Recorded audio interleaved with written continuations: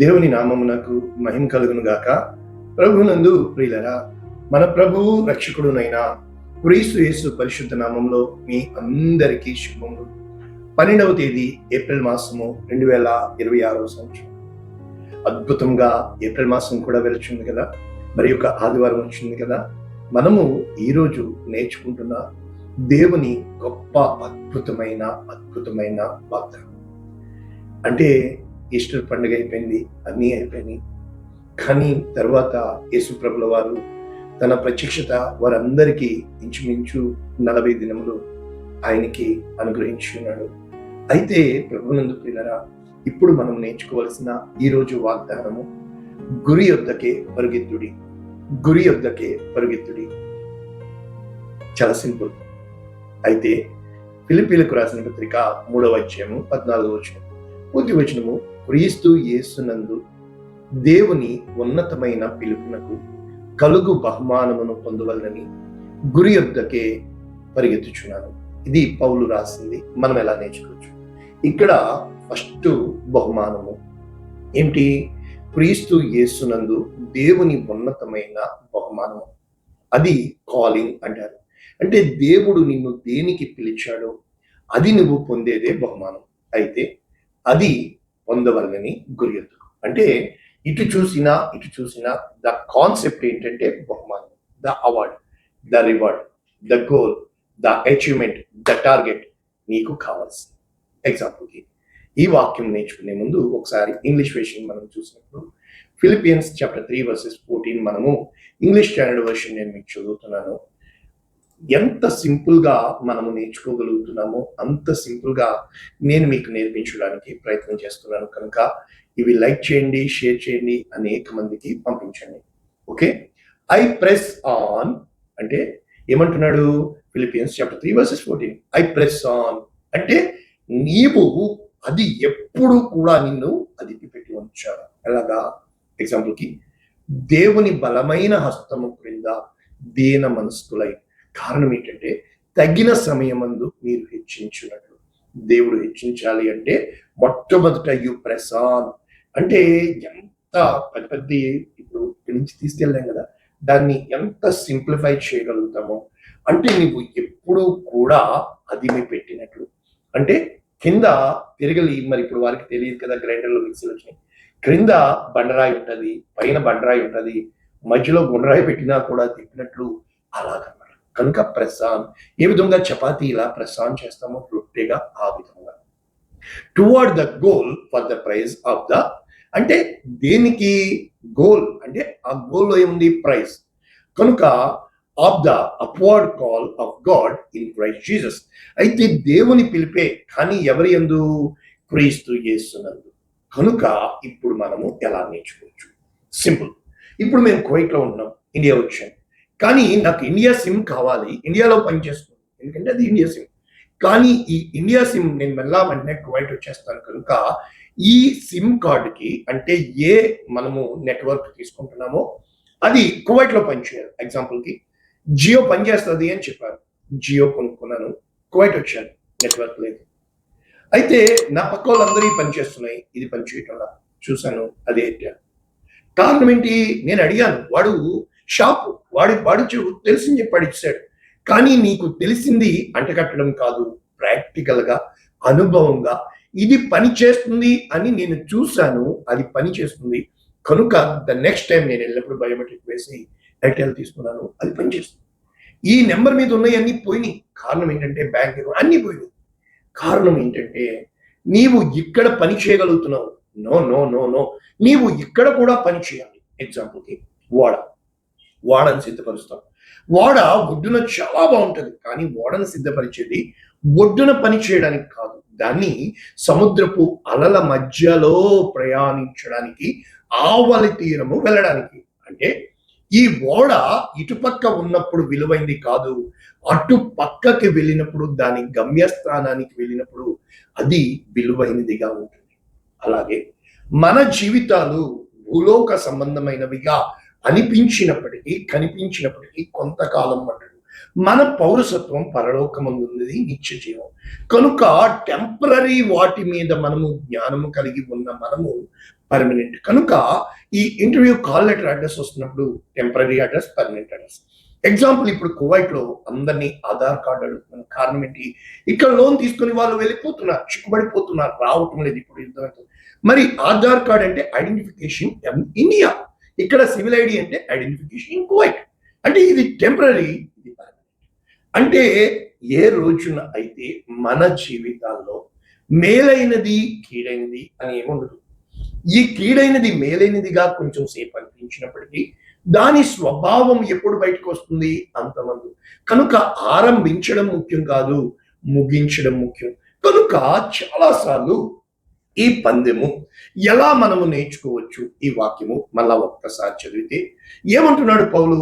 క్రీస్తు యేసునందు దేవుని ఉన్నతమైన పిలుపునకు కలుగు బహుమానం.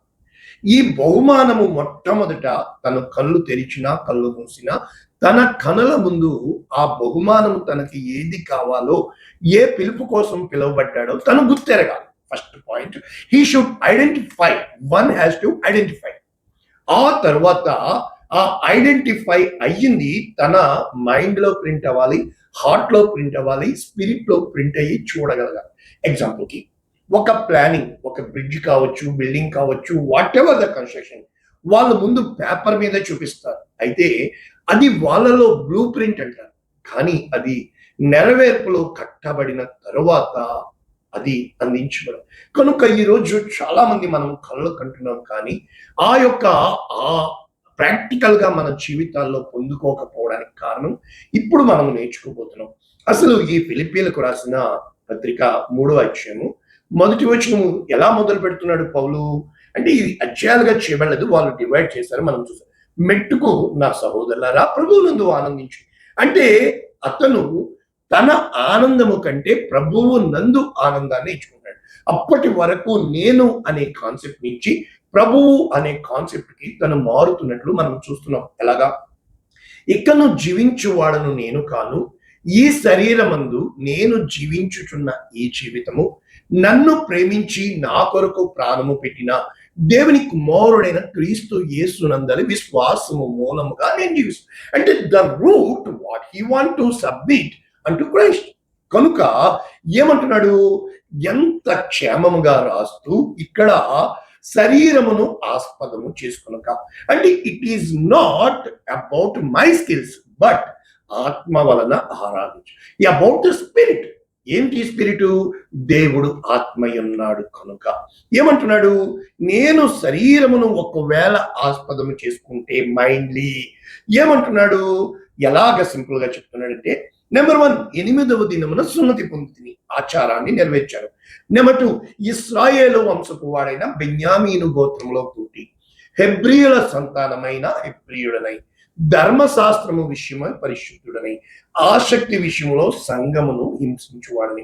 కనుక ధర్మశాస్త్రము అనగా తను దేనిని అభ్యాసము చేశాడో, దేనిని తను నమ్మాడో, దేని నమ్మకాన్ని బట్టి తాను నీతిమంతుడని సెటిల్ అయిపోయాడు. చాలా మంది క్రిస్టియన్స్ ట్రై చేశారు. వాళ్ళు ఏమంటారంటే, నాకు ఊహ తెలిసిన దగ్గర నుంచి ఎవరికి ఏ తప్పు చేయలేదు. ఒక్కటే అడిగే ప్రశ్న, క్రీస్తు యేసు ప్రభుల వారు ఏ తప్పు చేశారని శిలువ మీద వేలాడి చనిపోయాడు? వీళ్ళు అంగీకరించట్లా. కారణం ఏంటంటే, ఆయనను పాపి అంటావా, ఆయనను గొర్రె అంటావా, ఆయనను బర్రె అంటావా అంటే it is not what you are righteous about your thinking. నీవు నీ స్వనీతిని బట్టి నువ్వు నీతిమంతుడివి అని టైటిల్ పెట్టుకుంటున్నావు. కానీ ఇక్కడ పౌలు చెప్పడానికి, నా స్వనీతిని నేను హేతువు చేసుకోవాలి అంటే, నా పుట్టుక చూసినప్పుడు బెన్యామీను గోత్రంలో పరిసయ్యులని హెబ్రీయులకు హెబ్రీయుడను, పరిసయ్యులకు పరిసయ్యుడను అని చెప్పుతున్న ఈ సౌలు పాపులలో ప్రధాన పాపిని అని ఎందుకు ఒప్పుకుంటున్నాడు? ధర్మశాస్త్రం ప్రకారము 8వ దినమున సున్నతి పొందినప్పటికీ అని తను he's not boasting up on the past, తన గతమును గురించి కాక తన భవిష్యత్తు కొరకు. కాబట్టి ఈ భవిష్యత్తు, ఈ గోల్, ఈ లక్ష్యము, ఈ గురి, ఈ తను పొందుకోవాలన్న బహుమానము క్రీస్తు యేసు ప్రభుల వారు పిలిచి దర్శనమిచ్చి, సౌలా సౌలా నన్ను ఎందుకు అంటే, తన గతములో తాను నమ్మిన సిద్ధాంతము, నేను అనే సిద్ధాంతము నుంచి ప్రభు అనే సిద్ధాంతమునకు తాను మారి ఉన్నాడు. కనుక ఏమంటున్నాడు? ఒక్క మాటలో చెప్పాలంటే, లాభకరములైనవి క్రీస్తు నిమిత్తము నష్టముగా, అంటే తన గతాన్ని బట్టి కాక స్వాగతము, అంటే తన ముందు ఉన్న భవిష్యత్తు నిమిత్తము ఇది నష్టముగా ఎంచుకొని నిశ్చయముగా నా ప్రభువైన క్రీస్తు యేసును గూర్చిన అతి శ్రేష్టమైన జ్ఞానము పొందు నిమిత్తము సమస్తము నష్టముగా ఎంచుకుని, అంటే మొట్టమొదట ఈ ఎంటీడ్ హిమ్సెల్ఫ్, అంటే తనని తాను తృణీకరించుకుని, యేసు ప్రభు ఎవడైనను నన్ను వెంపడింపగోరిని ఎడలా నిత్యముగా తనని తాను తృణీకరించుకుని నా సిలువ ఎత్తుకుని నన్ను వెంబడించువను. ఎవడైనను ఈ లోకమును సంపాదించుకొన చూచిన ఎడల, తన ప్రాణమును సంపాదించుకొన చూచిన ఎడల వాడు తన ప్రాణమును పోగొట్టుకును. అయితే ఎవడైతే నా నిమిత్తము తన ప్రాణమును పోగొట్టుకునో వాడు తన ప్రాణమునే కాక నా ప్రాణమునకు ప్రియమైన సమస్తమును నేను ఇచ్చేదను. కనుక ఇవన్నీ మనకి అర్థము కాక ఇది శరీర సంబంధమైనది, ఇది ఆత్మ సంబంధమైనది. ఎలాగో మనము నేర్చుకోవచ్చు? క్రీస్తును సంపాదించుకుని, ఈయన్ని సంపాదించుకోవాలంటే ధర్మశాస్త్ర సంబంధమైన నీతి కాక, చాలా మంది నా మనస్సాక్షిని అంటూ ఉంటారు. అది నీకు నేర్పించబడింది, నీవు నేర్చుకున్న నీతి. అయితే క్రీస్తు యేసునందలి విశ్వాసము వలననే, విశ్వాసము అంటే ఏంటంటే ప్రభువుని ఆదర్శముగా చేసుకుని ప్రభువు మార్గములో ఆయన నీకు చేయగలడు, నీవు చేసుకో వెంటనే అనే మాట జ్ఞానం ఇచ్చాడు కదా. ఇది ఈ లోక జ్ఞానం. అయితే పరలోక పౌరత్వము నీకు ఇవ్వాలి కనుక, పరలోక సంబంధమైన జ్ఞానము నీకు పొందుకోవాలి కనుక దేవుడు అనుగ్రహించు నీతి గలవాడనగు నిమిత్తము. కాబట్టి అటువంటి మరణములో సమాన అనుభవము కలవాడై ఆయన పునరుద్ధానుడై ఉన్నాడని నమ్మాడు కనుక సమస్తము నష్టపరుచుకుని పెంటతో సమానముగా, ఎప్పుడైతే ఇది పెంట, ఇంకా ఇక్కడ నాకు ఫలము లభించదు అని ఎంచుకుంటాడో, ఆ భూమి నుంచి తను మొదవాలి అంటే, తను పైకి రావాలి అంటే ఆ నేలను చీల్చుకుని సున్నితమైన మొక్క ఏ విధముగా వస్తుందో, కనుక ఇది వరకు నేను పొందుకున్నవన్నీ పెంట అని ఎంచుకుని నా జీవితంలో నేను నడిచి వచ్చి ఏది కలల కన్నానో, ఏదైతే ఆ జీవితం అనుకున్నానో అది అంతా వదిలిపెట్టబడినప్పుడు ఎప్పుడు లోకము తన కళ్ళద్దాలతో చూస్తూ ఉంటుంది. కానీ ఆ నలుగురి కోసం బ్రతికేస్తూ ఉంటాము లోకంలో మంచోడిగా చచ్చిపోవడానికి. అందువల్ల పరలోకంలో ఏమి నీకు సీటు రిజర్వేషన్ కాదు.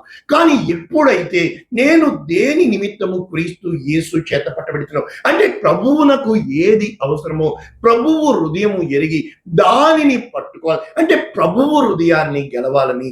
కనుక ఇది వరకు పట్టుకున్నది కాక ఇక ముందు ఏది ప్రభువు నాకు సిద్ధపరిచినో, అంటే always it is not the starting point, it is the target what he want to reach, అంటే ఎక్కడికి ఈతను పొందుకోవాలి. కాబట్టి ఎప్పుడైతే ఆ బహుమానము కోసము చూస్తూ ఉంటామో, ఇక్కడ మనము తిమోతికి రాస్తూ ఏమంటాడు? సువార్త విషయంలో నేను ప్రకటించువాడుగాను అపోస్తలుడుగాను బోధకుడుగా నియమింపబడి తిని, అయితే ఆ పిలుపుని బట్టి ఈ శ్రమలు అనుభవిస్తూ నేను నమ్మిన వాణిని నేను ఎరుగుదును కనుక సిగ్గుపడి.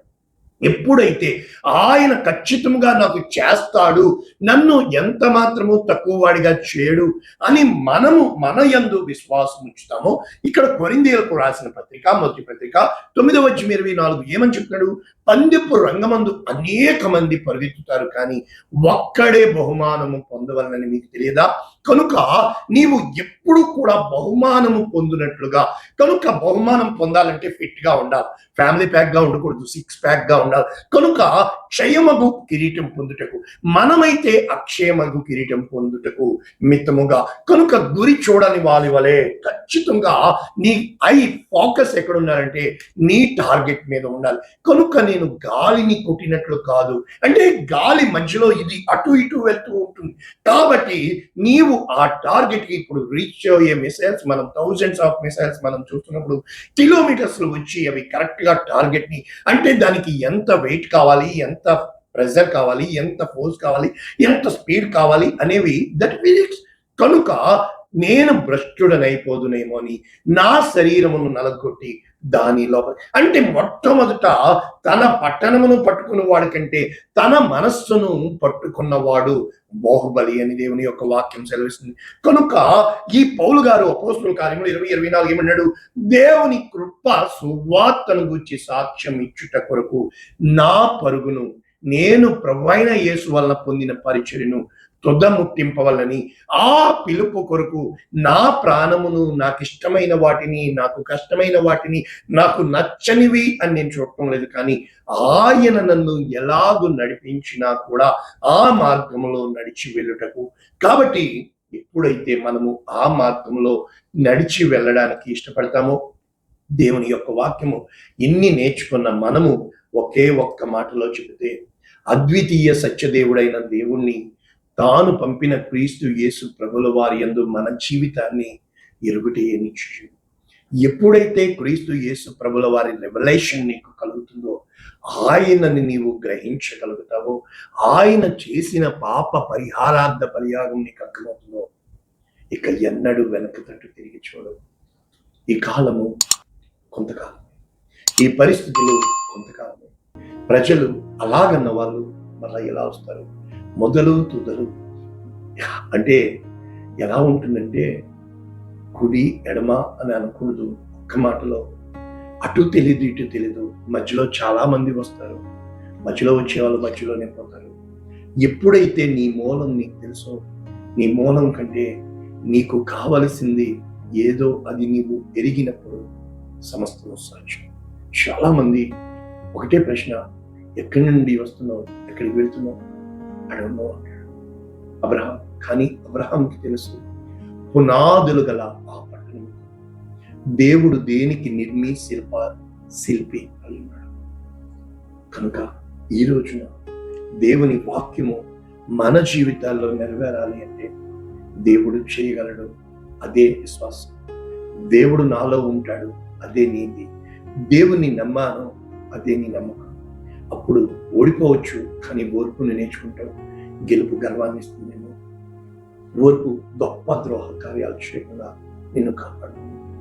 ఇంత వాక్యం లోతుగా చెప్తున్నా మీరు పంపించుకోలేదు. కారణము, మీ ఊహాలోకంలో మిమ్మల్ని మీరు చూస్తున్నప్పుడు అద్దంలో మీరు కనబడతారు, కానీ అద్దం ముందు నిలబడినప్పుడు నీ హృదయము ప్రతిబింబించి దేవుని వెలుగు, దేవుని మహిమ మన ఎడల ప్రత్యక్షమగును కాక. ప్రార్థన చేస్తాం. పరిశుద్ధుడా, ప్రేమ కలిగిన విత్తబడిన వాక్యము అనేక మందికి ఆశీర్వాదంగా, లక్షల మందికి రక్షణ కారణంగా, వారి హృదయాలు, వారి కుటుంబాలు, వారి జీవితాలు కట్టుచు యేసు నామమున గ్రహించి ప్రారంభం దీవిస్తున్నాము తండ్రి. Amen. God bless you all. దేవుని మిమ్మల్ని దీవించుగాక. ఆమేన్.